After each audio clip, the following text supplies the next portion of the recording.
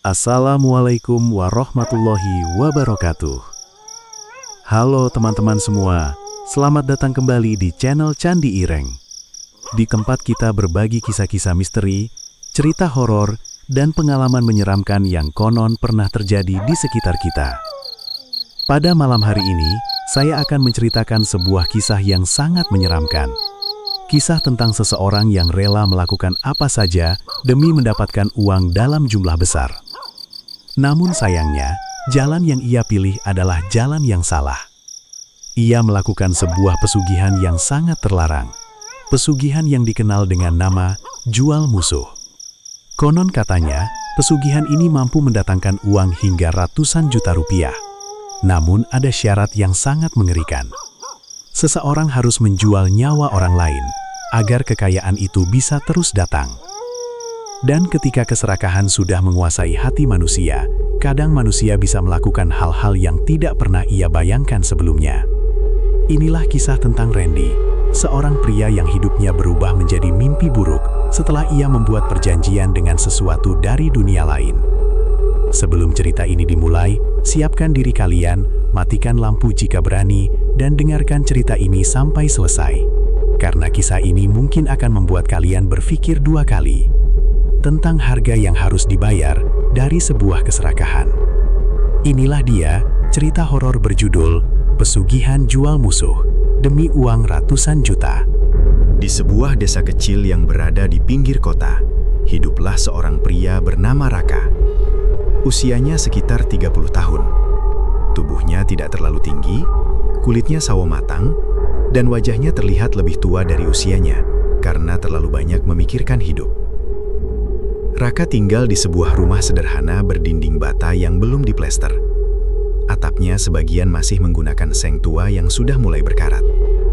Ketika hujan turun deras, suara air yang menghantam atap seng terdengar sangat keras.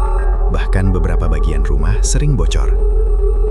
Ia tinggal bersama istrinya yang bernama Sinta dan seorang anak laki-laki kecil berusia 5 tahun bernama Reno.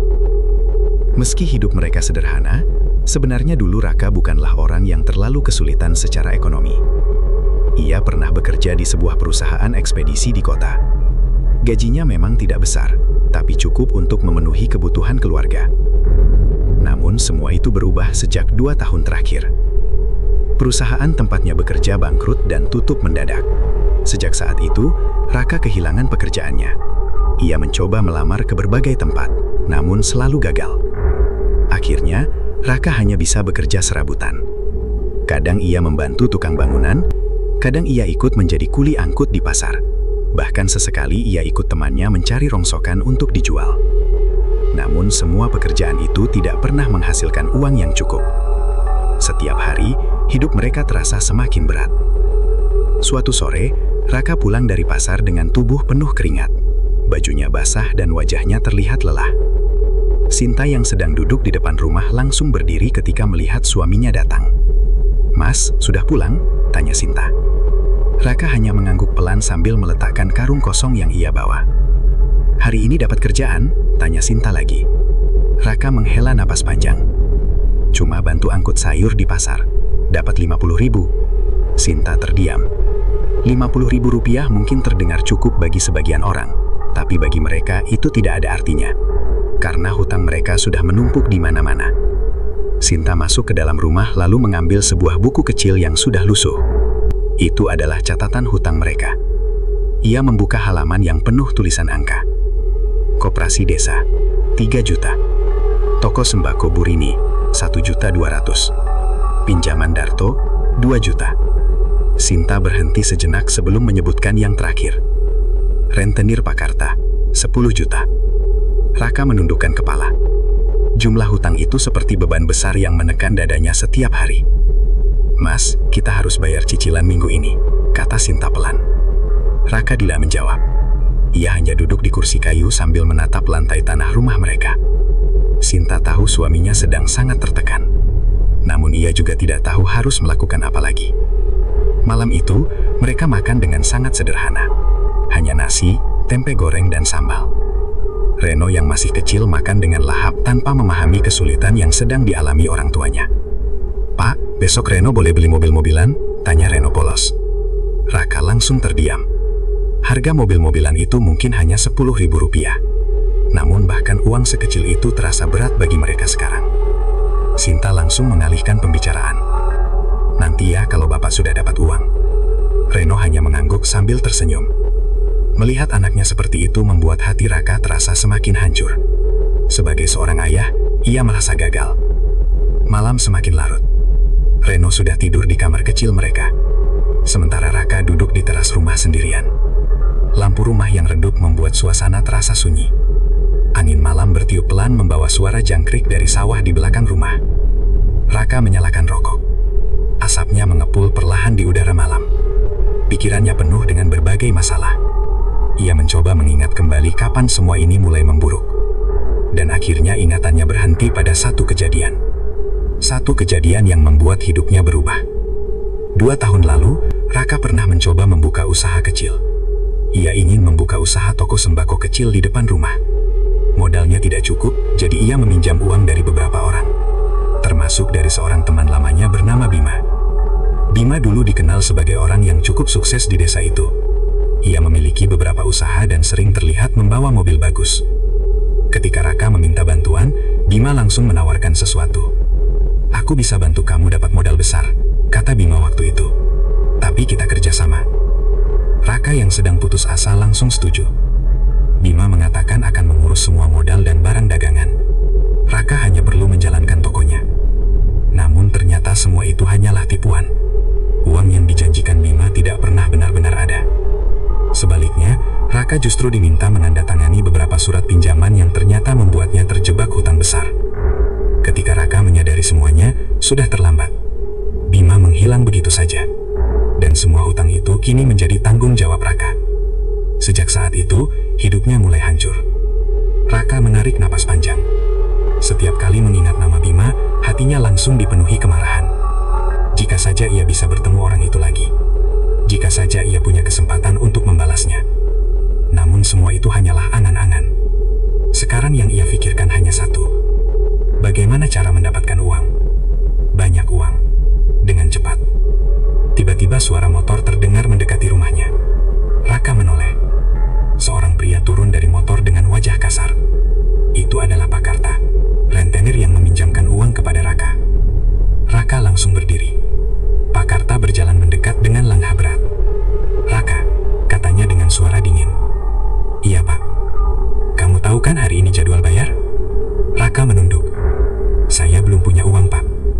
Wajah Pak Karta langsung berubah. "Sudah 2 bulan kamu menunggak." Sinta yang mendengar suara itu langsung keluar dari rumah. Ia terlihat sangat cemas. "Pak, beri kami waktu sedikit lagi," kata Sinta memohon. Namun Pak Karta tidak peduli. Ia menunjuk rumah mereka. "Kalau minggu depan kalian belum bayar juga, rumah ini saya ambil." Raka langsung kaget. "Jangan Pak, ini satu-satunya tempat tinggal kami." Pak Karta hanya tertawa sinis. "Itu bukan urusan saya." Setelah mengatakan itu, ia pergi begitu saja. Suasana langsung menjadi sangat sunyi. Sinta menutup wajahnya sambil menangis pelan. Raka berdiri diam dengan tangan mengepal. Untuk pertama kalinya dalam hidupnya, ia benar-benar merasa berada di jalan buntu. Malam itu, Raka tidak bisa tidur. Pikirannya dipenuhi ketakutan. Jika rumah itu benar-benar diambil, mereka tidak punya tempat tinggal lagi. Ia tidak mungkin membiarkan anak dan istrinya hidup di jalanan. Sekitar pukul 11 malam, Raka akhirnya memutuskan keluar rumah. Ia berjalan menuju warung kopi kecil di pinggir jalan desa. Warung itu masih buka meski sudah larut malam. Beberapa orang duduk sambil minum kopi dan merokok. Raka duduk di pojok sambil memesan kopi hitam. Ia hanya diam sambil menatap jalan yang sepi. Sampai seseorang tiba-tiba duduk di depannya. "Raka?" Raka mengangkat kepala. Ia langsung mengenali orang itu. Seorang pria berumur sekitar 35 tahun dengan wajah licik. Namanya Darto. Teman lama Raka yang sudah lama tidak ia temui. "Sudah lama tidak ketemu," kata Darto sambil tersenyum. Raka hanya mengangguk. Namun Darto sepertinya langsung menyadari sesuatu dari wajah Raka. "Kamu lagi banyak masalah ya?" Raka tertawa pahit. "Kelihatannya." Darto menyalakan rokok lalu mendekatkan wajahnya. "Kalau kamu butuh uang, aku tahu cara cepat." Raka menatapnya penasaran. "Cara apa?" Darto menoleh ke kanan dan ke kiri memastikan tidak ada orang yang mendengar. Lalu ia berkata pelan, "Sesuatu yang bisa kasih kamu uang ratusan juta." Jantung Raka langsung berdebar. "Apa itu?" Darto menatapnya tajam sebelum menjawab. "Pesugihan." Kata itu membuat tubuh Raka merinding. Namun anehnya, Raka tidak langsung menolak. Karena di dalam kepalanya sekarang hanya satu hal. Uang.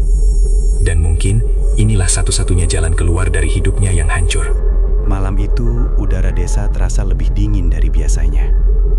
Angin berhembus pelan melewati jalanan kecil yang hanya diterangi lampu-lampu rumah yang redup. Warung kopi tempat Raka duduk mulai sepi. Beberapa orang yang tadi ngobrol sudah pulang ke rumah masing-masing. Kini hanya tersisa Raka dan Darto yang masih duduk saling berhadapan. Asap rokok mengepul pelan di antara mereka. Raka masih memikirkan satu kata yang baru saja diucapkan Darto.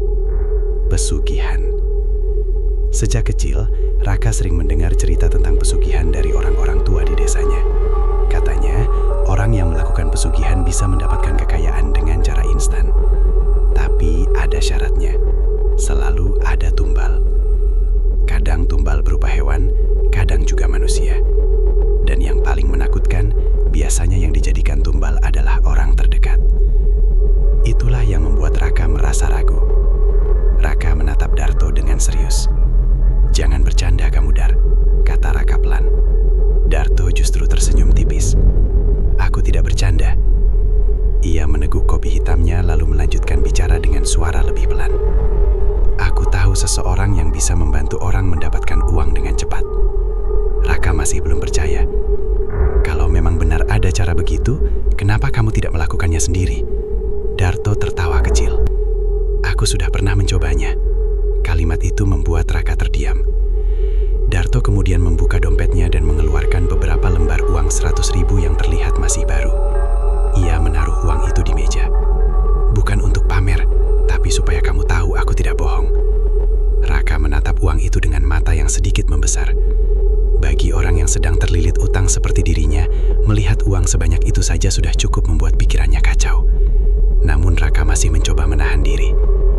"Pesugihan itu selalu minta tumbal keluarga, kan?" tanya Raka. Darto menggeleng pelan. "Itu pesugihan yang lain." Raka mengerutkan kening. "Ada pesugihan yang berbeda." Darto mencondongkan tubuhnya sedikit ke depan. "Namanya pesugihan jual musuh." Raka belum pernah mendengar pesugihan dengan nama seperti itu. "Jual musuh?" tanya Raka bingung. Darto mengangguk. "Iya, kamu tidak perlu menumbalkan keluarga atau orang yang kamu sayangi." "Lalu siapa yang dijadikan tumbal?" Darto menatap mata Raka dengan tajam.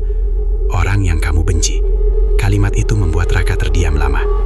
Dalam pikirannya langsung muncul satu wajah. Wajah seseorang yang selama 2 tahun terakhir selalu membuat dadanya panas. Bima. Namun Raka masih mencoba menenangkan dirinya. "Bagaimana caranya?" tanya Raka akhirnya. Darto melihat ke sekitar lagi sebelum menjawab. "Kamu menjual orang itu kepada makhluk dari alam lain." Raka menelan ludah. "Maksudmu?" "Makhluk gaib." Suasana warung yang sepi tiba-tiba terasa semakin mencekam. Lampu di warung berkedip sebentar. Raka merasa bulu kuduknya merinding. Namun anehnya, ia tidak berdiri dan pergi. Sebaliknya, ia justru ingin tahu lebih banyak. Darto melihat ekspresi Raka yang mulai tertarik. Ia tersenyum tipis. "Ada seorang dukun tua di pinggir hutan. Namanya Mbah Wiryo. Banyak orang datang ke sana untuk melakukan pesugihan." Raka masih mendengarkan dengan serius. Darto melanjutkan ceritanya. "Pesugihan ini berbeda. Kamu tidak perlu memberikan keluargamu sebagai tumbal. Kamu hanya perlu memberikan seseorang yang kamu anggap musuh." Raka mengingat kembali hutang-hutangnya. Rentenir yang mengancam mengambil rumahnya. Anaknya yang bahkan tidak bisa dibelikan mainan. Dan wajah Bima yang dulu tersenyum saat menipunya. Kemarahannya perlahan muncul kembali. "Kalau aku melakukan itu, aku bisa dapat berapa?" tanya Raka. Darto menatapnya dengan wajah serius. "Bisa ratusan juta." Jantung Raka langsung berdegup lebih cepat. Ratusan juta. Jumlah uang itu cukup untuk melunasi semua hutangnya. Bahkan masih lebih dari cukup untuk memulai hidup baru. Namun keraguan masih ada di dalam hatinya. "Apa tidak berbahaya?" tanya Raka. Darto mengangkat bahu. Namanya juga pesugihan. Pasti ada risikonya. Raka kembali terdiam. Ia menatap kopi yang sudah mulai dingin di depannya. Pikirannya penuh dengan berbagai pertimbangan. Di satu sisi ia takut, tapi di sisi lain ia merasa sudah tidak punya pilihan lagi. Jika minggu depan lantaran ia tidak bisa membayar hutang, rumahnya akan diambil rentenir. Ia dan keluarganya bisa kehilangan tempat tinggal. Orang yang dijual benar-benar akan mati, tanya Raka dengan suara pelan. Darto tidak langsung menjawab. Ia hanya menghembuskan asap rokornya berlahan. Ada yang hilang, ada yang sakit aneh, ada juga yang ditemukan meninggal. Raka merasakan napasnya sedikit berat. Meski orang itu adalah musuhnya, tetap saja ia adalah manusia. Namun bayangan anaknya yang kelaparan kembali muncul di pikirannya. Sinta yang sering menangis diam-diam karena memikirkan hutang. Semua itu membuat hati Raka semakin gelap. Apa yang harus dilakukan? Tanya Raka akhirnya. Darto langsung tersenyum. Aku tahu kamu akan tertarik. Raka tidak menjawab. Darto kemudian melanjutkan. Kita pergi ke Mbah Wiryo besok malam. Raka langsung menoleh. Besok? Darto mengangguk. Kalau kamu benar-benar ingin uang itu. Raka merasa jantungnya berdebar lebih cepat. Ia sadar bahwa keputusan yang akan ia ambil bisa mengubah hidupnya selamanya.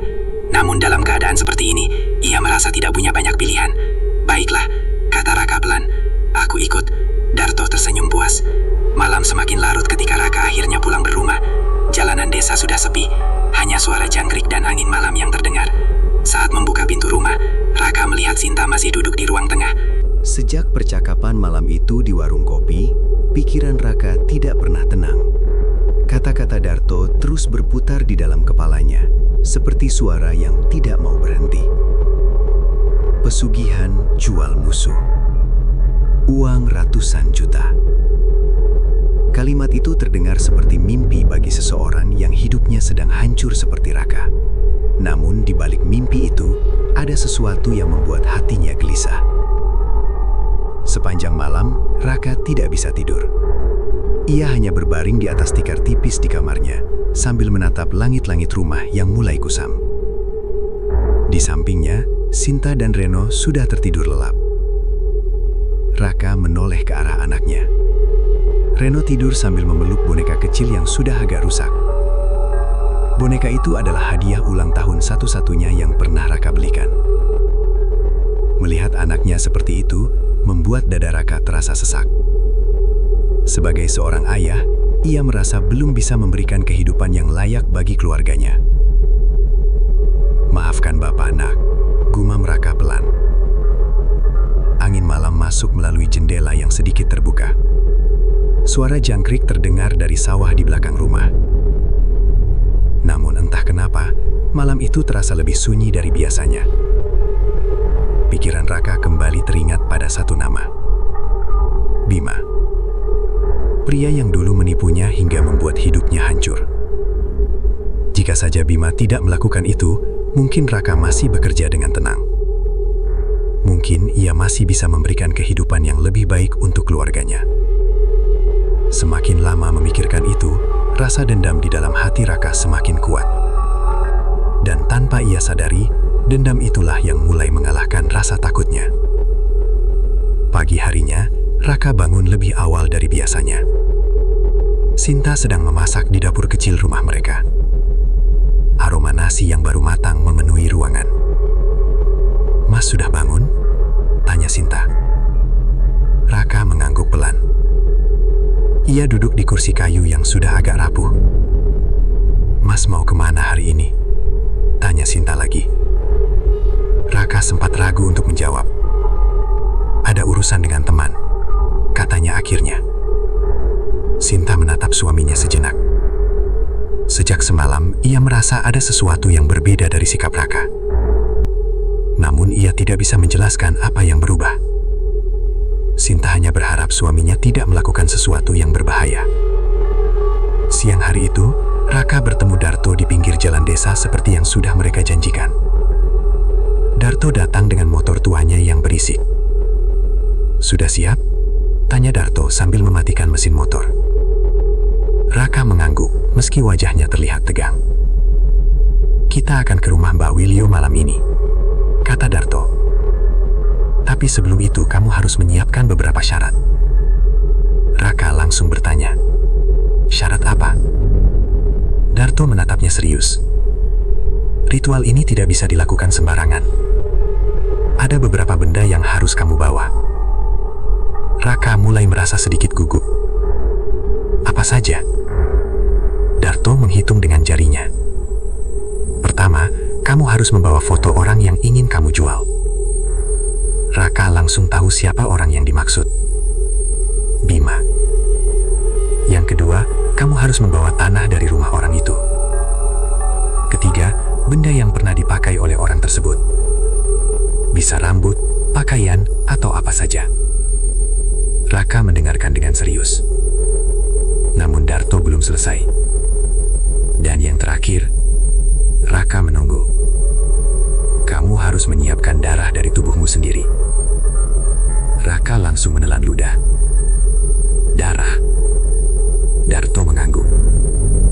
Itu sebagai tanda bahwa kamu benar-benar menyerahkan orang itu kepada makhluk gaib. Suasana tiba-tiba terasa berat.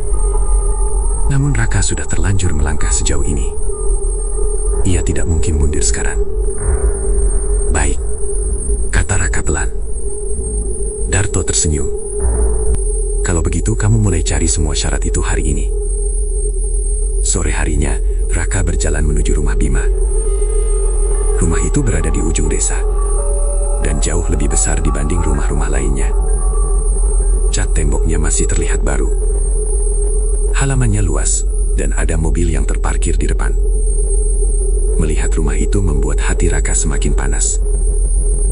Dulu ia pernah percaya pada Bima. Namun pria itu justru menghancurkan hidupnya. Raka berdiri cukup lama di depan rumah itu sambil memikirkan rencananya. Ia tidak mungkin masuk ke dalam rumah. Namun Darto mengatakan bahwa ia hanya perlu mengambil tanah dari halaman rumah Bima. Saat suasana mulai sepi, Raka perlahan mendekati pagar rumah itu. Ia memastikan tidak ada orang yang melihat. Dengan cepat ia mengambil sedikit tanah dari dekat pagar, lalu memasukkannya ke dalam plastik kecil. Tangannya sedikit gemetar saat melakukan itu. Entah karena takut, atau karena sadar bahwa ia sedang melakukan sesuatu yang sangat salah. Setelah itu, Raka segera pergi dari sana. Namun satu syarat masih belum ia dapatkan. Foto Bima. Untungnya, Raka pernah melihat foto Bima di media sosial beberapa waktu lalu. Malam itu, ia pergi ke warnet kecil di dekat pasar. Warnet itu biasanya dipakai anak-anak sekolah untuk bermain game. Raka meminta bantuan penjaga warnet untuk mencetak foto dari internet. Setelah beberapa menit mencari, akhirnya ia menemukan foto Bima yang sedang tersenyum di depan mobil barunya. Raka mencetak foto itu. Saat memegang foto tersebut, hatinya terasa aneh. Ia menatap wajah Bima lama sekali. Semua ini salahmu, gumamnya pelan. Malam mulai turun. Langit terlihat gelap tanpa bulan. Raka pulang ke rumah dengan membawa plastik berisi tanah dan foto Bima. Namun masih ada satu syarat terakhir. Darahnya sendiri. Raka masuk ke dapur. Ia mengambil pisau kecil yang biasanya dipakai Sinta untuk memotong sayur. Tangannya sedikit gemetar. Ia menatap jari tangannya beberapa detik. Kemudian, jerat. Ia menggoreskan pisau kecil itu di ujung jarinya. Rasa perih langsung terasa. Beberapa tetes darah keluar dan jatuh ke dalam botol kecil yang sudah ia siapkan. Raka menutup botol itu dengan cepat. Dadanya terasa berdebar keras. Saat itu, untuk pertama kalinya ia benar-benar merasa takut. Namun semua syarat sudah lengkap. Ia tidak mungkin mundur lagi. Sekitar pukul 10 malam, Darto datang menjemput Raka. Motor tuanya berhenti di depan rumah. "Sudah siap?" tanya Darto. Raka membawa tas kecil berisi semua syarat ritual. Ia mengangguk. Sinta yang melihat mereka dari dalam rumah merasa heran. "Mas mau kemana malam-malam?" tanya Sinta. Raka menjawab singkat. "Ada urusan sebentar." Sinta ingin bertanya lagi, tapi Raka sudah naik ke motor Darto. Motor itu kemudian melaju meninggalkan rumah. Sinta hanya bisa menatap dari kejauhan dengan perasaan tidak tenang. Perjalanan menuju rumah Mbah Wiryo cukup jauh. Mereka harus melewati jalan desa yang gelap. Lampu jalan hampir tidak ada. Setelah beberapa saat, mereka mulai memasuki jalan kecil yang menuju ke arah hutan. Suasana semakin sunyi. Angin malam terasa lebih dingin. Pepohonan besar berdiri di kanan kiri jalan seperti bayangan hitam yang menakutkan. Raka mulai merasa merinding. Masih jauh? Tanya Raka. Tidak, jawab Darto. Sebentar lagi. Beberapa menit kemudian, motor berhenti di depan sebuah gubuk tua. Gubuk itu berdiri sendirian di tengah hutan. Lampu minyak kecil terlihat menyala di dalamnya. Darto mematikan mesin motor. Kita sudah sampai, katanya pelan. Raka menatap gubuk itu dengan jantung berdebar. Ia merasa seperti sedang berdiri di depan sesuatu yang tidak seharusnya ia datangi. Namun semuanya sudah terlambat. Darto berjalan lebih dulu menuju pintu gubuk. Ia mengetuk pintu kayu itu 3 kali. Tok, tok, tok. Beberapa detik kemudian, pintu itu terbuka perlahan. Seorang lelaki tua berdiri di sana. Rambutnya panjang dan putih.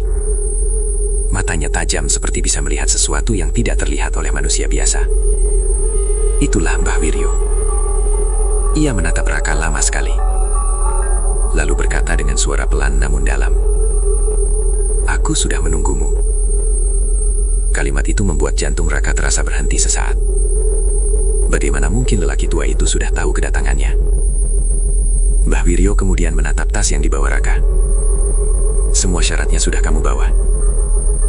Raka mengangguk pelan. Mbah Wiryo tersenyum tipis. Bagus. Karena setelah ini, tidak ada jalan untuk kembali. Raka menelan ludah. Ia tidak tahu.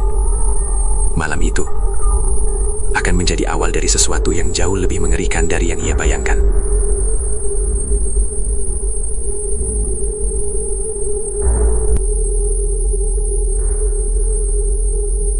Angin malam di dalam hutan terasa dingin dan lembab. Pepohonan besar berdiri rapat seperti tembok hitam yang mengelilingi gubuk tua milik Mbah Wiryo. Suara dedaunan yang tertiup angin terdengar seperti bisikan yang tidak jelas.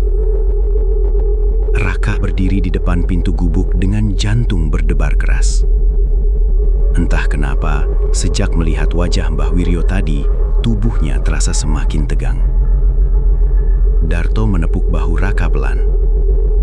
Tenang saja, bisiknya. Kalau kamu sudah sampai di sini, berarti kamu memang siap. Namun kata-kata itu tidak benar-benar membuat Raka merasa lebih tenang. Sebaliknya, justru membuatnya semakin sadar bahwa ia telah melangkah terlalu jauh. Mbah Wiryo mempersilahkan mereka masuk. Di dalam gubuk itu, suasananya sangat berbeda dari yang dibayangkan Raka. Ruangan itu cukup luas, meski terlihat sangat tua. Dindingnya terbuat dari kayu yang sudah menghitam karena usia. Bau dupa yang kuat memenuhi udara.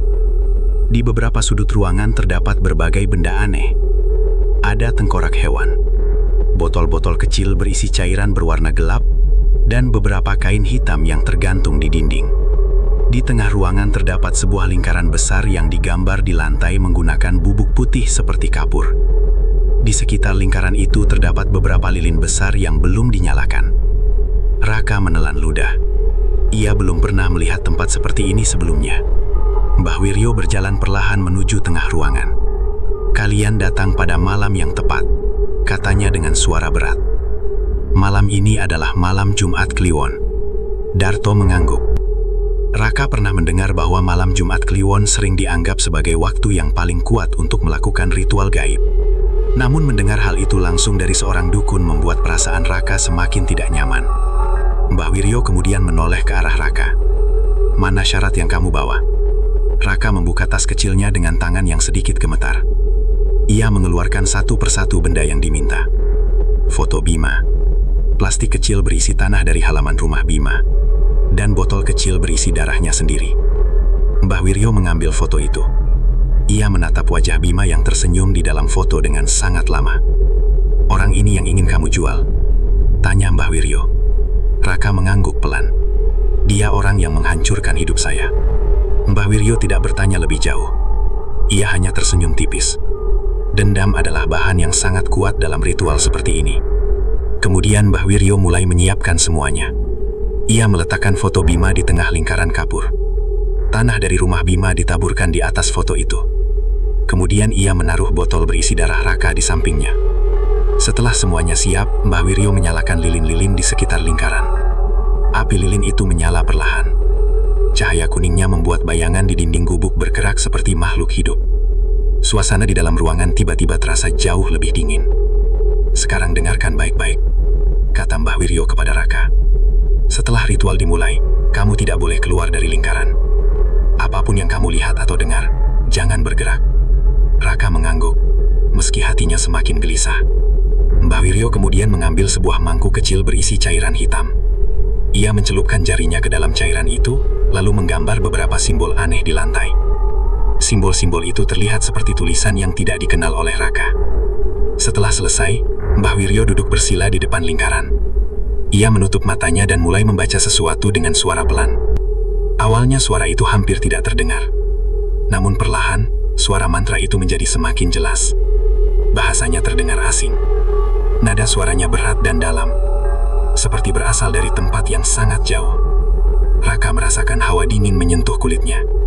Padahal semua pintu dan jendela di gubuk itu tertutup. Lilin-lilin mulai bergoyang pelan. Angin seolah berputar di dalam ruangan. Darto yang berdiri di belakang Raka terlihat sangat tenang. Sepertinya ia sudah pernah melihat ritual seperti ini sebelumnya. Namun bagi Raka, semua ini terasa sangat menakutkan. Suara mantra Mbah Wiryo semakin keras. Tiba-tiba, brak, salah satu jendela gubuk terbuka dengan sendirinya. Angin malam langsung masuk dengan keras. Api lilin berkedip-kedip. Raka hampir berdiri karena kaget, tapi Darto langsung memegang bahunya. "Jangan bergerak," bisik Darto. Raka mencoba menenangkan dirinya. Namun jantungnya berdetak sangat cepat. Mbah Wiryo tetap melanjutkan mantranya tanpa membuka mata. Suara angin semakin kuat. Beberapa benda di dalam ruangan mulai bergeser pelan. Lilin-lilin bergerak seperti tertiup sesuatu yang tidak terlihat. Kemudian sesuatu yang sangat aneh mulai terjadi. Udara di dalam lingkaran ritual tiba-tiba terasa jauh lebih dingin dibanding bagian ruangan lainnya. Seperti ada sesuatu yang sedang berkumpul di sana. Raka mulai merasa sesak napas. Dan tiba-tiba, bayangan hitam muncul di salah satu sudut ruangan. Awalnya hanya seperti kabut gelap. Namun perlahan bayangan itu semakin jelas. Bentuknya tinggi. Jauh lebih tinggi dari manusia biasa. Tubuhnya kurus panjang seperti bayangan pohon. Namun yang paling menyeramkan adalah matanya. 2 titik merah menyala di tengah kegelapan. Raka merasa tubuhnya membeku. Ia ingin berteriak, tapi suaranya seperti tertahan di tenggorokan. Makhluk itu bergerak perlahan mendekati lingkaran ritual. Pagi hari di desa itu terlihat seperti biasa. Matahari mulai muncul dari balik sawah yang luas, dan para petani sudah mulai berjalan menuju ladang mereka. Suara ayam berkokok dan suara motor yang lewat sesekali membuat desa kembali hidup setelah malam yang panjang. Namun bagi Raka, pagi itu terasa sangat berbeda. Ia duduk sendirian di teras rumah dengan wajah pucat. Matanya terlihat lelah karena hampir tidak tidur semalaman. Bayangan makhluk bermata merah yang berdiri di luar jendela rumahnya masih terus teringat di pikirannya. Ia bahkan masih merasakan hawa dingin yang aneh setiap kali mengingat kejadian itu. Sinta keluar dari dalam rumah sambil membawa 2 gelas teh hangat. "Mas, kamu belum sarapan?" tanya Sinta. Raka hanya menggeleng pelan. Ia sebenarnya ingin makan, tapi perutnya terasa tidak nyaman sejak semalam. Sinta duduk di sampingnya. "Mas kelihatan sangat capek." Raka mencoba tersenyum tipis. Tidak apa-apa. Namun sebenarnya pikirannya sedang penuh. Ia teringat perkataan Mbah Wiryo. Makhluk itu akan berjalan di dunia manusia selama 7 hari. Kalimat itu terus terngiang di kepalanya. Jika makhluk itu benar-benar datang ke rumahnya semalam, berarti ritual itu memang berhasil. Dan itu juga berarti Bima sedang berada dalam bahaya. Raka tiba-tiba merasa dadanya sedikit sesak. Meski Bima adalah orang yang telah menghancurkan hidupnya, tetap saja ia tidak pernah benar-benar berniat membunuhnya. Namun sekarang semuanya sudah terlambat.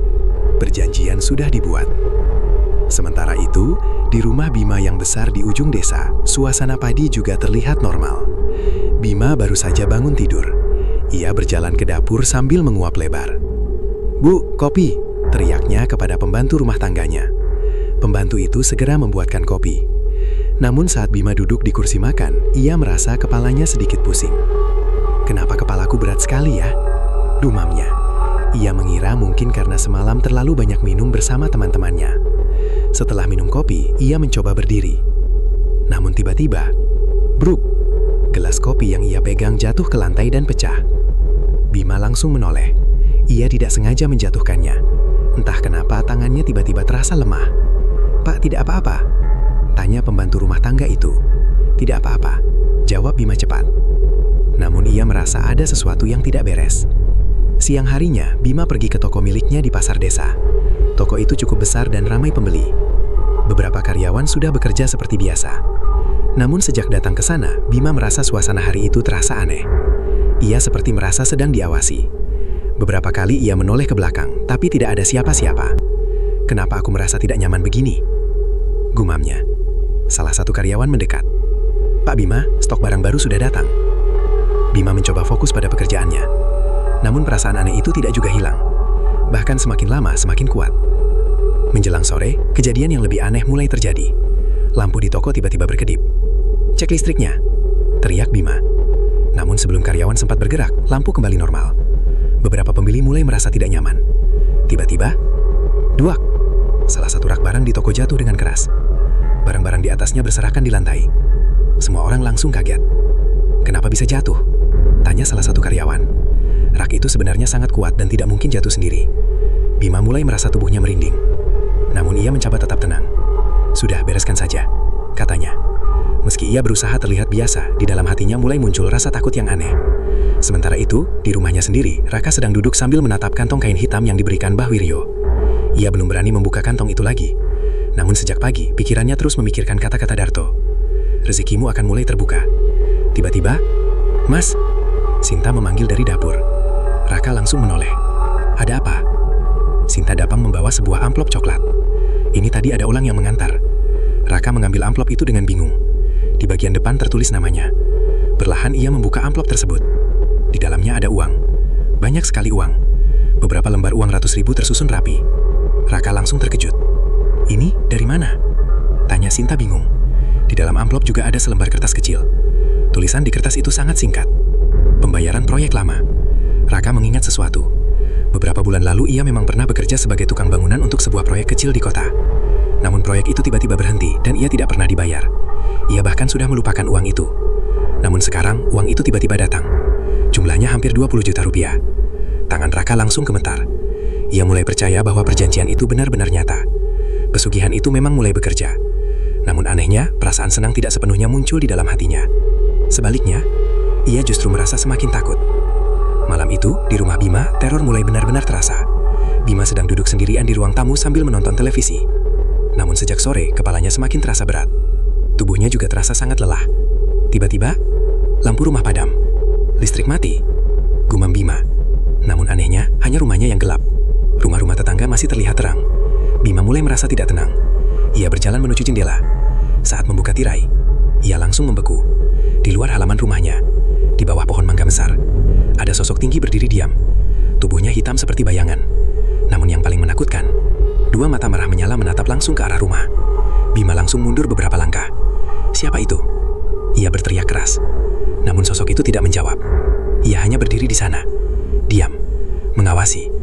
Dan pada saat itu, Bima belum tahu bahwa seseorang di desa itu telah menjual namanya kepada sesuatu yang tidak seharusnya dipanggil manusia. Dan teror itu baru saja dimulai. Malam kedua setelah ritual pesugihan itu terasa jauh lebih mencekam dibanding malam sebelumnya. Desa yang biasanya tenang, kini seperti menyimpan sesuatu yang tidak terlihat. Sesuatu yang bergerak di antara bayangan gelap pepohonan dan rumah-rumah warga. Angin malam berhembus pelan, membuat daun-daun bambu di pinggir desa bergesekan dan menghasilkan suara berdesir yang menambah suasana seram. Di rumah Raka, lampu ruang tamu masih menyala. Raka belum juga bisa tidur sejak tadi. Ia duduk di kursi kayu dengan wajah tegang, sementara Sinta sudah tertidur di kamar. Di tangannya masih ada kantong kain hitam dari Mbah Wiryo. Raka memandang kantong itu dengan perasaan yang sulit dijelaskan. Di satu sisi, uang yang datang siang tadi membuat hidupnya sedikit lebih lega. Hutang di warung bisa ia bayar sebagian. Bahkan ia sempat membeli beras dan kebutuhan dapur. Namun di sisi lain, bayangan makhluk bermata merah yang ia lihat malam sebelumnya terus menghantui pikirannya. Ia merasa semua ini terlalu nyata. Tiba-tiba, tok, tok, tok. Suara ketukan pelan terdengar dari jendela ruang tamu. Raka langsung menoleh dengan cepat. Jantungnya berdegup keras. Siapa? Gumamnya pelan. Tidak ada jawaban. Suasana kembali sunyi. Raka mencoba meyakinkan dirinya sendiri bahwa mungkin itu hanya suara ranting pohon yang terkena angin. Namun beberapa detik kemudian, tok, tok, tok. Suara itu terdengar lagi. Kali ini lebih jelas. Raka perlahan berdiri dari kursinya. Langkahnya terasa berat saat mendekati jendela. Tangannya bahkan sedikit gemetar saat membuka tirai. Dan saat tirai terbuka, Raka langsung terpaku. Di luar jendela, berdiri sosok tinggi yang sama seperti semalam. Tubuhnya hitam pekat seperti bayangan manusia. Namun dua mata merah menyala itu terlihat sangat jelas dalam kegelapan. Makhluk itu berdiri sangat dekat dengan jendela, seolah sedang mengawasi isi rumah. Raka mundur beberapa langkah dengan napas tidak teratur. Ia teringat kata-kata Mbah Wiryo. Makhluk itu akan datang untuk memastikan siapa yang menjadi tujuan. Artinya, makhluk itu memang sedang mencari Bima. Namun kenapa ia datang lagi ke rumahnya? Makhluk itu tiba-tiba bergerak. Perlahan kepalanya miring ke samping. Matanya tetap menatap Raka. Kemudian dalam sekejap, sosok itu menghilang dari depan jendela, seperti tertelan kegelapan. Raka langsung menutup tirai dengan cepat. Tubuhnya gemetar. Ia tidak berani membuka jendela lagi. Sementara itu di rumah Bima, suasana jauh lebih kacau. Sejak melihat sosok hitam bermata merah di halaman rumahnya tadi malam, Bima tidak bisa tidur sama sekali. Ia mencoba meyakinkan dirinya bahwa mungkin itu hanya orang iseng. Namun perasaan tidak nyaman itu terus mengikuti dirinya sepanjang hari. Malam kedua ini terasa jauh lebih berat. Bima duduk di kamar sambil menyalakan semua lampu. Ia bahkan menyalakan televisi agar rumah tidak terasa terlalu sepi. Namun saat ia sedang menatap layar TV, tiba-tiba televisi itu mati sendiri. Klik, layar berubah hitam. Bima langsung kesal. Listrik lagi.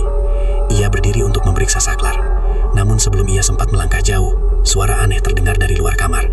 Gesrek. Seperti suara sesuatu yang menyeret di lantai. Bima langsung berhenti bergerak. Ia mencoba mendengarkan dengan lebih jelas. Gesrek, gesrek. Suara itu terdengar lagi. Seperti ada sesuatu yang berjalan pelan di ruang tamu. Padahal ia tinggal sendirian di rumah malam itu. Pembantu rumah tangganya sudah pulang sejak sore. Bima mulai merasa tenggorokannya kering. Dengan langkah hati-hati, ia membuka pintu kamar sedikit. Lorong rumah terlihat gelap. Hanya lampu ruang tamu yang masih menyala redup. Namun yang membuat jantung Bima hampir berhenti berdetak adalah sesuatu yang berdiri di ujung lorong. Sosok hitam tinggi, tubuhnya sangat kurus dan panjang, kepalanya sedikit menunduk, dan dua mata merah menyala itu kembali terlihat. Bima langsung menutup pintu kamar dengan keras. "Siapa kamu?" Ia berteriak dengan panik. Namun dari luar kamar tidak ada jawaban, hanya suara langkah pelan yang mendekati pintu. Tap, tap, tap. Bima mundur sampai ke sudut kamar, tubuhnya gemetar. Lalu tiba-tiba, pak! Pintu kamar bergetar seperti dihantam sesuatu dari luar. Bima berteriak ketakutan. Ia mencoba menahan pintu dengan tubuhnya, namun hentakan dari luar semakin kuat. Prak, prak. Kayu pintu mulai retak. Bima hampir menangis ketakutan. Dan saat itu juga, semua lampu rumah tiba-tiba mati. Rumah menjadi gelap total. Di balik pintu kamar, sesuatu masih berdiri, menunggu. Keesokan paginya, desa mulai dihebohkan oleh kabar aneh. Beberapa warga mengatakan mereka mendengar suara teriakan dari rumah Bima semalam. Namun ketika mereka datang pagi hari, rumah itu sudah sepi. Pintu rumah terbuka sedikit. Beberapa tetangga memberanikan diri masuk. Namun mereka langsung kaget. Ruang tamu rumah Bima berantakan. Meja dan kursi terbalik. Kaca jendela pecah. Dan yang paling aneh, di lantai terlihat banyak bekas goresan panjang seperti dicakar sesuatu. Namun Bima sendiri tidak ada di mana-mana. Ia menghilang. Kabar itu dengan cepat menyebar ke seluruh desa. Semua orang mulai membicarakan kejadian aneh itu. Sebagian mengatakan Bima mungkin kabur karena masalah bisnis. Namun sebagian warga mulai merasa ada sesuatu yang tidak wajar. Sementara itu, Raka yang mendengar kabar tersebut langsung merasa tubuhnya lemas. Ia duduk diam di rumahnya, pikirannya kosong. Bima, hilang, gumamnya pelan. Ia tahu sesuatu yang buruk sedang terjadi. Dan jauh di dalam hatinya, ia mulai menyadari satu hal yang sangat menakutkan. Pesugihan itu sudah mulai menagih, dan kemungkinan besar, itu belum selesai. Sejak malam ritual pesugihan itu, hidup Randy berubah drastis. Uang benar-benar datang seperti yang dijanjikan oleh Mbah Wiryo. Bisnis Randy yang sebelumnya sepi, tiba-tiba ramai pembeli. Proyek demi proyek datang tanpa diduga. Bahkan orang-orang yang dulu meremehkan Randy, kini mulai menghormatinya. Dalam waktu 2 bulan saja, rekening Randy sudah berisi ratusan juta rupiah. Ia membeli motor baru, ia memperbaiki rumahnya, Ia bahkan mulai hidup mewah. Namun semua itu tidak datang tanpa harga. Pada awalnya, gangguan hanya kecil. Setiap malam sekitar pukul 12, Randy selalu terbangun tanpa sebab. Udara di kamar terasa sangat dingin, meskipun jendela tertutup rapat. Kadang ia mendengar suara langkah kaki di luar kamar. Kadang suara bisikan lirih seperti orang memanggil namanya. Randy. Suara itu sangat pelan, seperti datang dari lorong rumah yang gelap. Randy selalu mencoba mengabaikannya. Ia menenangkan dirinya dengan berpikir bahwa semua itu hanya perasaan takut akibat ritual yang pernah ia lakukan. Namun semakin hari, gangguan itu semakin nyata. Suatu malam, ketika Randy sedang makan di ruang tamu, tiba-tiba lampu rumahnya berkedip-kedip. Lampu padam, lalu menyala kembali. Dalam cahaya redup itu, Randy merasa ada seseorang berdiri di belakangnya. Perlahan ia menoleh. Tidak ada siapa-siapa. Namun ketika ia kembali menghadap meja makan, ia melihat sesuatu yang membuat tubuhnya kaku. Di permukaan meja kayu, ada bekas telapak tangan berwarna hitam. Basah, seperti baru saja menempel. Jantung Randy berdetak sangat keras. Ini apa? Ia mengusap telapak tangan itu dengan kain, tapi noda hitam itu tidak hilang, malah semakin melebar, seperti darah yang meresap ke dalam kayu. Randy mulai merasa ketakutan, namun ia tetap mencoba meyakinkan dirinya bahwa ini semua hanya kebetulan. Sampai suatu malam, mimpi buruk mulai datang. Dalam mimpinya, ia kembali berada di hutan tempat ritual itu dilakukan. Kabut sangat tebal, suasana sunyi. Di tengah hutan itu berdiri sosok perempuan yang dulu muncul saat ritual pesugihan. Perempuan berambut panjang itu menatap Randy dengan mata merah menyala. Wajahnya pucat, mulutnya tersenyum sangat lebar. Suara perempuan itu terdengar sangat pelan. Janji harus ditepati. Randy mencoba mundur, namun kakinya seperti terikat tanah. Perempuan itu berjalan mendekat, semakin dekat, semakin dekat. Tiba-tiba wajahnya berubah mengerikan. Kulitnya robek, matanya keluar dari rongga, dan dari mulutnya keluar suara tangisan yang mengerikan. Mana musuhmu? Randy terbangun dengan tubuh basah oleh keringat. Napasnya terengah-engah. Ia langsung menyalakan lampu kamar. Namun apa yang ia lihat membuat tubuhnya membeku. Di dinding kamar, tepat di atas tempat tidurnya, ada tulisan merah. Tulisan itu seperti dibuat dengan darah. Janji harus ditepati. Randy gemetar. Ia ingat kembali perkataan Mbah Wiryo. Pesugihan itu membutuhkan tumbal, musuh yang harus dijual. Selama ini Randy belum memberikan satu pun tumbal. Ia mulai menyadari bahwa makhluk dari pesugihan itu sedang menagih janji. Hari berikutnya, kejadian aneh mulai menimpa orang-orang di sekitar Randy. Seorang rekan bisnisnya tiba-tiba mengalami kecelakaan mobil. Seorang tetangganya jatuh sakit tanpa sebab. Dan yang paling membuat Randy ketakutan, suatu sore sahabat lamanya bernama Joko datang ke rumah. Joko terlihat pucat. "Aku semalam mimpi aneh, Ren," katanya. "Mimpi apa?" "Ada perempuan menyeramkan datang ke rumahku. Dia bilang, aku akan mati." Tubuh Randy langsung merinding. Joko melanjutkan ceritanya. "Perempuan itu bilang, aku dijual."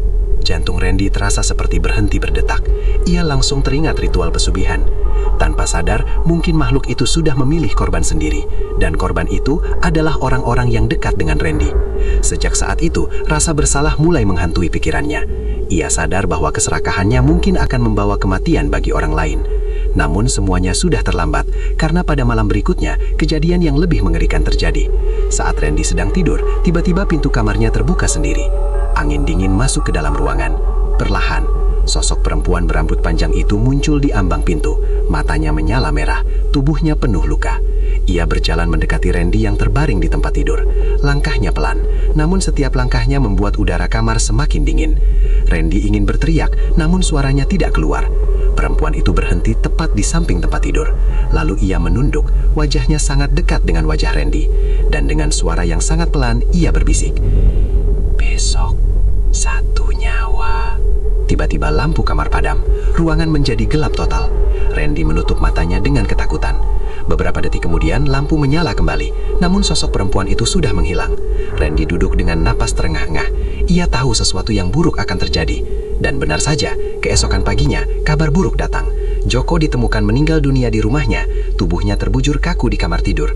Wajahnya penuh ketakutan, seolah ia melihat sesuatu yang sangat mengerikan sebelum mati. Saat mendengar kabar itu, tubuh Randy langsung lemas.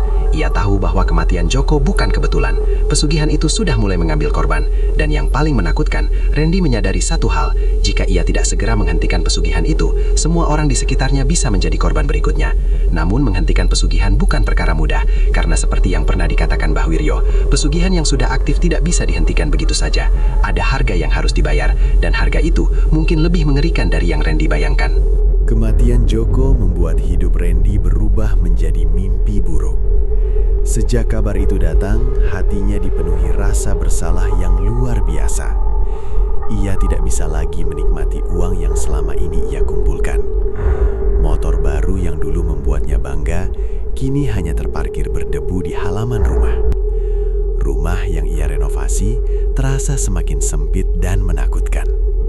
Setiap sudut rumah terasa seperti diawasi oleh sesuatu. Setiap malam, Randy hampir tidak pernah bisa tidur dengan tenang. Bayangan wajah Joko yang pucat selalu muncul di pikirannya, terutama ketika ia mengingat kata-kata Joko sebelum meninggal. Ada perempuan menyeramkan datang ke rumahku. Dia bilang aku dijual. Kalimat itu terus terngiang di telinganya. Randy mulai merasa bahwa semua ini adalah akibat dari perbuatannya sendiri. Namun rasa penyesalan itu datang terlalu terlambat. Gangguan-gangguan gaib di rumahnya semakin sering terjadi.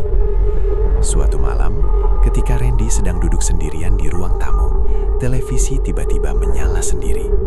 Padahal remote berada di meja dan tidak ada siapa-siapa di rumah. Layar televisi hanya menampilkan gambar semut yang bergerak-gerak. Suara kres memenuhi ruangan. Randy mencoba mematikan televisi dengan remote, namun tidak bisa. Televisi tetap menyala.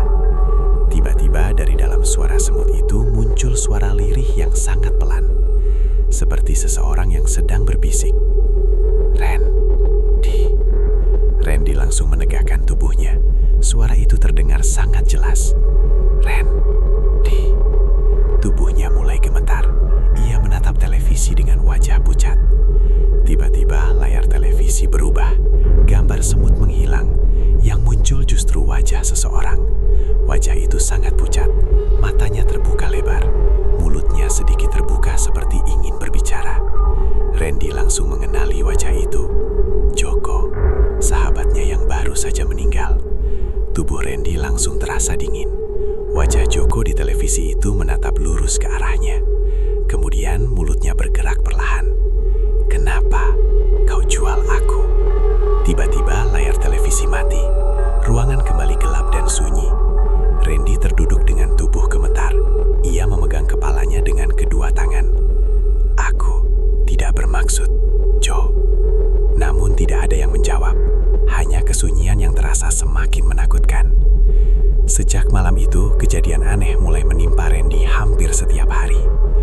Suara langkah kaki di atas plafon, bau busuk seperti bangkai yang tiba-tiba muncul di dalam rumah, dan suara tangisan perempuan yang terdengar dari dapur pada tengah malam.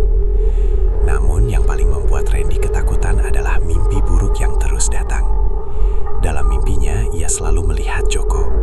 Joko berdiri di tengah kegelapan, tubuhnya penuh luka. Matanya menatap Randy dengan penuh kebencian. Di belakang Joko berdiri sosok perempuan menyeramkan yang dulu muncul saat ritual pesugihan. Perempuan itu tersenyum, senyum yang sangat mengerikan. Suatu malam, mimpi itu terasa lebih nyata dari sebelumnya. Randy melihat Joko berjalan mendekatinya. Langkahnya sangat pelan. Setiap langkah menimbulkan suara seperti tulang yang patah. Ren, Joko memanggil dengan suara serak. Aku, sahabatmu. Randy ingin menjawab, namun lidahnya terasa kaku. Joko semakin dekat. Aku percaya padamu. Air mata mulai mengalir dari mata Joko. Tapi kau menjualku. Tiba-tiba tangan Joko terulur. Tangannya memegang leher Randy dengan sangat kuat. Randy mencoba melepaskan diri, namun cengkraman itu semakin kuat. Di belakang Joko, perempuan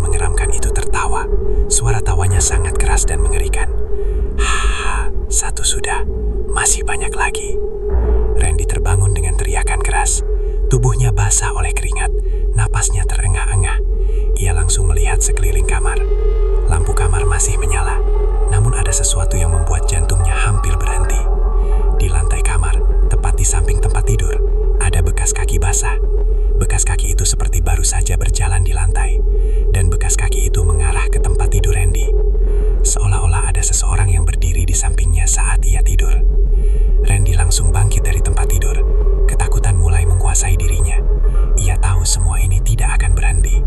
Pesugihan itu sudah berjalan, dan arwah korban mulai menagih. Beberapa hari kemudian, kejadian yang lebih mengerikan terjadi. Saat Randy sedang berada di pasar, ia mendengar kabar bahwa seorang pria bernama Budi mengalami kecelakaan parah. Budi adalah orang yang pernah berselisih dengan Randy beberapa bulan lalu. Mobil yang dikendarai Budi tiba-tiba menabrak pohon tanpa sebab. Menurut orang-orang, sebelum kecelakaan itu terjadi, Budi terlihat seperti menghindari sesuatu di jalan, seolah ada sesuatu yang mengejarnya. Saat mendengar kabar itu, Randy langsung teringat kata-kata Mbah Wiryo, "Musuhmu akan menjadi tumbal." Tubuh Randy langsung lemas. Ia mulai sadar bahwa makhluk pesugihan itu tidak hanya mengambil satu nyawa. Ia akan terus mengambil korban selama Randy masih hidup, selama pesugihan itu belum dihentikan. Malam itu, Randy memutuskan sesuatu. Ia harus menemui Mbah Wiryo lagi. Ia harus mencari cara untuk menghentikan semua ini. Walaupun ia harus kehilangan semua uangnya, walaupun ia harus membayar dengan apapun. Namun jauh di dalam hatinya, Randy merasa takut. Karena ia tahu satu hal, pesugihan seperti ini biasanya tidak pernah berakhir dengan baik. Dan mungkin, harga yang harus ia bayar jauh lebih mahal dari yang ia bayangkan. Malam itu Randy tidak bisa tidur sama sekali. Bayangan wajah Joko terus menghantui pikirannya. Suara bisikan di rumahnya juga semakin sering terdengar. Bahkan ketika ia mencoba menutup telinga dengan bantal, suara itu tetap terdengar jelas. "Ren, kau harus membayar." Randy tahu bahwa ia tidak bisa membiarkan semua ini terus terjadi. Ia harus menemui Mbah Wiryo lagi. Hanya orang tua itu yang mungkin tahu cara menghentikan pesugihan ini. Tepat tengah malam, Randy memutuskan berangkat. Ia mengendarai motornya menuju hutan tempat ritual itu pernah dilakukan. Perjalanan menuju hutan terasa sangat panjang dan menegangkan. Jalanan desa sudah sepi, lampu-lampu rumah mulai padam. Hanya suara jangkrik dan angin malam yang menemani perjalanan Randy. Ketika sampai di pinggir hutan, Randy mematikan mesin motornya. Udara malam terasa sangat dingin. Kabut tipis mulai turun di antara pepohonan. Dengan langkah ragu, Randy masuk ke dalam hutan. Ia masih ingat jalan menuju gubuk Mbah Wiryo. Namun malam itu suasana hutan terasa jauh lebih menyeramkan. Pepohonan tampak lebih gelap. Angin berhembus pelan seperti membawa bisikan. Beberapa kali Randy merasa seperti ada yang mengikutinya. Ia menoleh ke belakang, namun tidak ada siapa-siapa. Akhirnya setelah berjalan sekitar 20 menit, Randy melihat cahaya lampu minyak dari kejauhan. Gubuk Mbah Wiryo. Randy mempercepat langkahnya. Ketika ia sampai di depan gubuk, pintu sudah terbuka, seolah-olah Mbah Wiryo sudah menunggunya. Orang tua itu duduk di lantai dengan mata terpejam.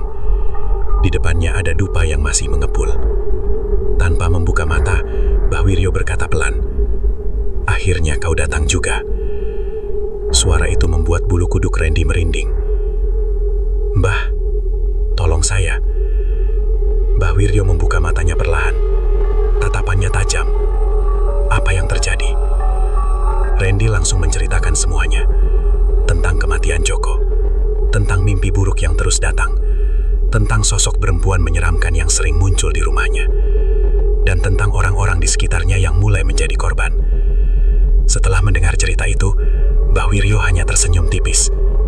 "Saya sudah bilang, pesugihan ini tidak murah harganya." Randy menatapnya dengan wajah panik. "Mbah, saya ingin menghentikannya." Mbah Wiryo tertawa kecil. Tawa yang terdengar sangat aneh di tengah hutan yang sunyi. "Menghentikan?" Ia menggeleng pelan. "Tidak semudah itu." "Kenapa, Mbah?" Mbah Wiryo menatap api dupa yang perlahan mengecil. Kemudian ia berkata dengan suara pelan, "Karena pesugihan pesugihan itu sudah terikat dengan jiwamu.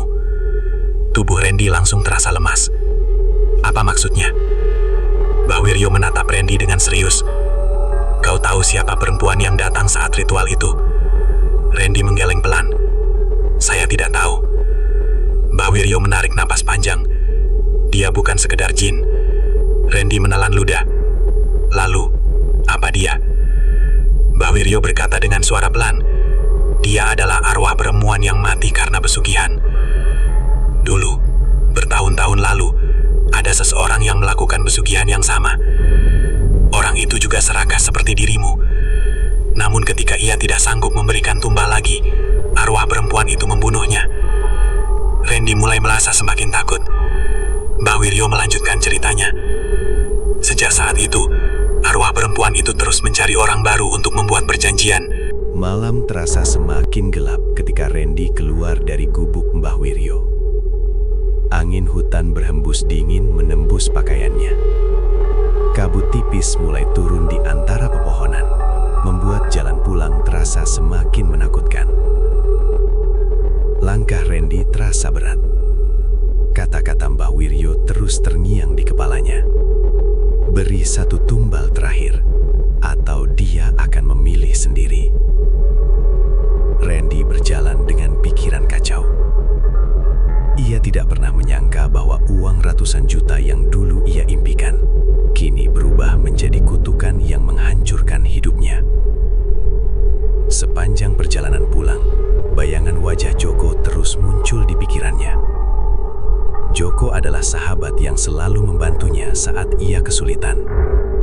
Namun karena keserakahan, Randy tanpa sadar telah menyeret sahabatnya sendiri ke dalam kematian. Perasaan bersalah itu terasa seperti pisau yang menusuk hatinya. Ketika sampai di rumah, suasana terasa sangat sunyi. Lampu ruang tamu masih menyala, namun rumah terasa sangat dingin. Randy menutup pintu dan langsung duduk di kursi dengan tubuh lemas. Ia memandang sekeliling rumahnya. Motor baru, televisi besar, perabot mahal. Semua itu ia beli dari uang pesugihan. Namun sekarang semua itu terasa tidak berarti. Yang ia rasakan hanya ketakutan dan penyesalan. Randy memegang kepalanya dengan kedua tangan. Apa yang harus aku lakukan? Jika ia memberikan satu tumbal lagi, berarti ia harus mengorbankan seseorang. Namun jika tidak, arwah pesugihan itu mungkin akan terus membunuh orang-orang di sekitarnya, bahkan mungkin keluarganya. Pikiran itu membuat Randy semakin panik. Tiba-tiba lampu rumahnya berkedip. Sekali, dua kali, lalu mati. Rumah langsung gelap total. Hanya cahaya bulan yang masuk dari jendela. Jantung Randy berdetak sangat keras. Ia tahu sesuatu akan terjadi. Perlahan, terdengar suara langkah kaki dari arah dapur. Tok, tok, tok. Langkah itu berjalan pelan menuju ruang tamu. Randy menahan napas. Tubuhnya kaku. Langkah itu semakin dekat, dan akhirnya berhenti tepat di belakang kursinya. Perlahan Randy menoleh, dan yang ia lihat membuat darahnya seperti berhenti mengalir. Di belakangnya berdiri sosok perempuan berambut panjang. Perempuan yang sama dari ritual pesugihan. Wajahnya pucat, matanya merah menyala, tubuhnya penuh luka. Darah menetes dari ujung rambutnya. Ia menatap Randy dengan senyum yang sangat mengerikan. Suara tawanya terdengar pelan. Hahaha. Randy gemetar hebat. Tolong, aku tidak ingin ini. Namun perempuan itu hanya menatapnya, lalu berkata dengan suara yang sangat dingin. Pilih. Randy tidak mengerti. Namun tiba-tiba bayangan-bayangan muncul di sekeliling ruangan. Bayangan wajah orang-orang yang ia kenal.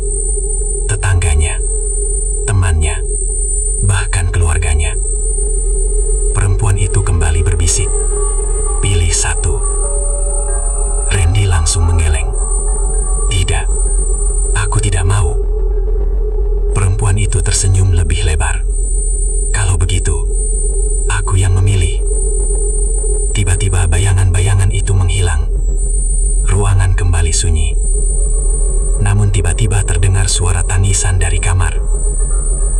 Randy langsung berdiri. Ia berjalan menuju kamar dengan langkah gemetar. Ketika membuka pintu kamar, tubuhnya langsung kaku. Di dalam kamar berdiri seorang perempuan tua, ibunya. Namun wajah ibunya terlihat pucat, matanya kosong. Di belakang ibunya berdiri sosok perempuan pesugihan itu. Randy langsung berteriak, "Jangan!" Ia berlari mencoba mendekati ibunya. Namun tiba-tiba tubuhnya seperti ditahan oleh sesuatu. Ia tidak bisa bergerak. Perempuan pesugihan itu menatap Randy sambil tersenyum. "Kau tidak mau memilih, jadi aku memilih untukmu." Tiba-tiba lampu kamar menyala sangat terang, kemudian padam hati. Ketika lampu kembali menyala, ibunya sudah tergeletak di lantai. Tubuhnya tidak bergerak. Randy menjerit keras, "Ibu!" Ia berlari memeluk tubuh ibunya. Namun tubuh itu sudah dingin. Tangis Randy pecah. Ia menyadari sesuatu yang mengerikan. Keserakahannya telah membunuh orang yang paling ia cintai. Saat Randy menangis di lantai, suara tawa perempuan pesugihan kembali terdengar. Namun kali ini lebih keras. Hahaha. Perlahan sosok itu mendekati Randy. "Sekarang, giliranmu." Randy menatapnya dengan mata penuh ketakutan. "Apa maksudmu?" Perempuan itu membungkuk hingga wajahnya sangat dekat dengan wajah Randy. Perjanjiannya sudah selesai. Tumbal terakhir sudah diambil. Dan sekarang, jiwamu menjadi milikku. Tubuh Randy langsung terasa dingin. Ia mencoba bangkit. Namun tiba-tiba seluruh ruangan berubah gelap. Kabut hitam memenuhi kamar. Suara bisikan terdengar dari segala arah. Ratusan suara. Serakah. Pembunuh. Penjual nyama. Randy menutup telinganya sambil berteriak. Namun suara itu semakin keras. Perlahan bayangan-bayangan itu muncul di dalam kabut. Wajah Joko. Wajah orang-orang yang menjadi korban. Mereka semua menatap Randy dengan penuh kebencian. Tangan-tangan mereka mulai meraih tubuh Randy, menariknya ke dalam kegelapan. Randy menjerit, namun tidak ada yang bisa menolongnya. Beberapa saat kemudian, rumah itu kembali sunyi. Pagi harinya, warga menemukan rumah Randy dalam keadaan terbuka. Mereka masuk dengan rasa penasaran. Namun yang mereka lihat membuat semua orang ketakutan. Di ruang tamu, tubuh Randy ditemukan tergeletak di lantai. Matanya terbuka lebar. Wajahnya penuh ketakutan. Seolah ia melihat sesuatu yang sangat mengerikan sebelum mati. Sementara di kamar, ibunya juga ditemukan sudah tidak bernyawa. Tidak ada luka. Tidak ada tanda kekerasan. Namun di dinding rumah itu terdapat tulisan aneh berwarna merah. Tulisan itu berbunyi, "Keserakahan selalu meminta bayaran." Sejak hari itu, rumah Randy menjadi kosong. Tidak ada yang berani tinggal di sana. Beberapa warga mengatakan, mereka sering mendengar suara tangisan pada malam hari. Kadang juga terdengar suara perempuan tertawa dari dalam rumah. Dan ada yang pernah melihat bayangan seorang pria duduk di ruang tamu, dengan wajah penuh penyesalan. Seolah-olah arwahnya masih terjebak di rumah itu, membayar dosa dari keserakahannya sendiri. Dan hingga sekarang, tidak ada seorang pun yang berani mendekati rumah itu ketika malam tiba. Karena orang-orang percaya, pesugihan itu masih ada, menunggu orang serakah berikutnya, yang rela menjual nyawa orang lain, demi uang ratusan juta. Teman-teman, itulah kisah menyeramkan tentang pesugihan jual musuh yang berakhir tragis. Dari cerita ini, kita bisa belajar bahwa tidak ada jalan pintas menuju kekayaan tanpa konsekuensi. Keserakahan seringkali membuat manusia lupa akan batasan. Dan ketika seseorang sudah melibatkan dunia gaib demi harta, seringkali yang datang bukanlah keberkahan, melainkan kutukan. Semoga cerita ini bisa menjadi pengingat bagi kita semua, bahwa rezeki yang baik adalah rezeki yang datang dari usaha yang halal dan kerja keras. Jika kalian menyukai cerita seperti ini, jangan lupa dukung channel ini dengan like, komentar, dan subscribe, agar saya bisa terus menghadirkan kisah-kisah misteri dan cerita horor lainnya yang tidak kalah menyeramkan. Saya pamit undur diri. Wassalamualaikum warahmatullahi wabarakatuh.